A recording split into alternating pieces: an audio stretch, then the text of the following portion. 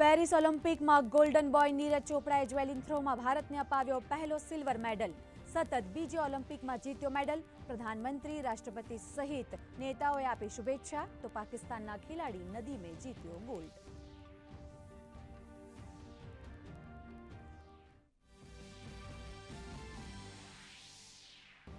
કુસ્તીમાં આજે અમન શહેરાવત પાસે બ્રોન્ઝ મેડલની આશા. ગઈકાલે હોકીમાં બ્રોન્ઝ સાથે અત્યાર સુધી ભારતના ફાળે કુલ 5 મેડલ, તો વિનેશ ફોગાટને સિલ્વર મેડલ આપવાની અપીલ પર આજે આવશે ચુકાદો.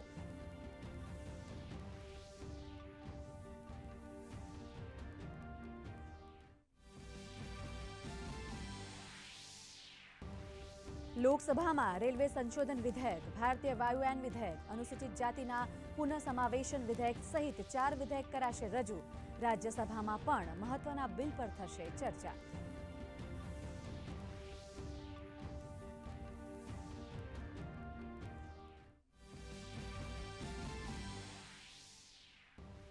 દેશભરમાં આજથી હર ઘર તિરંગા અભિયાનની શરૂઆત. ગુજરાત સહિત દેશભરમાં કાર્યક્રમોનું આયોજન. તિરંગા સાથે સેલ્ફી અપલોડ કરવા પ્રધાનમંત્રી નરેન્દ્ર મોદીએ કર્યું આહવાન. સોશિયલ મીડિયા પ્લેટફોર્મમાં લગાવ્યું તિરંગાનું ડીપી.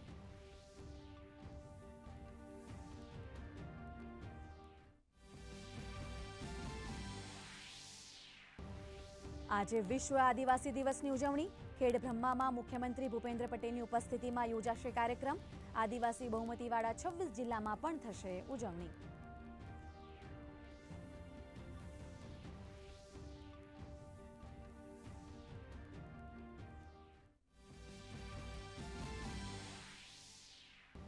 મોરબીથી કોંગ્રેસની ન્યાયયાત્રાની શરૂઆત. રાજકોટ અગ્નિકાંડ, વડોદરા બોટકાંડ સહિતની દુર્ઘટનાના પીડિતોને ન્યાય અપાવવા કોંગ્રેસની 300 કિલોમીટર લાંબી યાત્રા.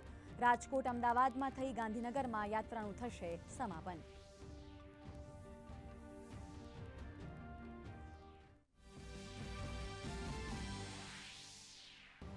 11 ઓગસ્ટે યોજાનારી નીટ પીજીની પરીક્ષા સ્થગિત કરવાની માંગ કરતી અરજી પર આજે સુપ્રીમ કોર્ટમાં સુનાવણી. પેપર લીક, પરીક્ષા સેન્ટરમાં ગેરરીતિ સહિતના આરોપો અંગે પરીક્ષા સ્થગિત કરવાની માંગ.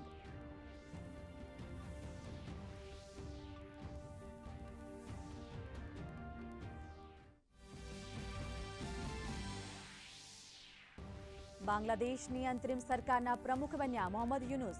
શેખ હસીનાને સત્તામાંથી બહાર કરનાર 2 વિદ્યાર્થી નેતા સહિત 13 સભ્યોએ લીધા શપથ. પ્રધાનમંત્રી નરેન્દ્ર મોદીએ પાઠવી શુભેચ્છા. હિન્દુ સહિત અન્ય લઘુમતીઓની સુરક્ષા સુનિશ્ચિત કરી સ્થિતિ સામાન્ય થવાની વ્યક્ત કરી આશા.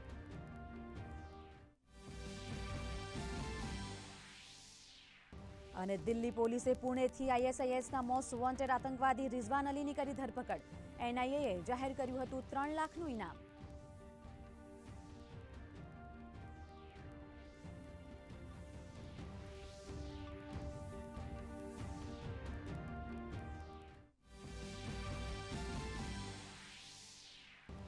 અને કારોબારી સપ્તાહના અંતિમ દિવસે શેરબજારમાં શાનદાર તેજી. સેન્સેક્સમાં 700 જ્યારે નિફ્ટીમાં 200 અંકનો વધારો.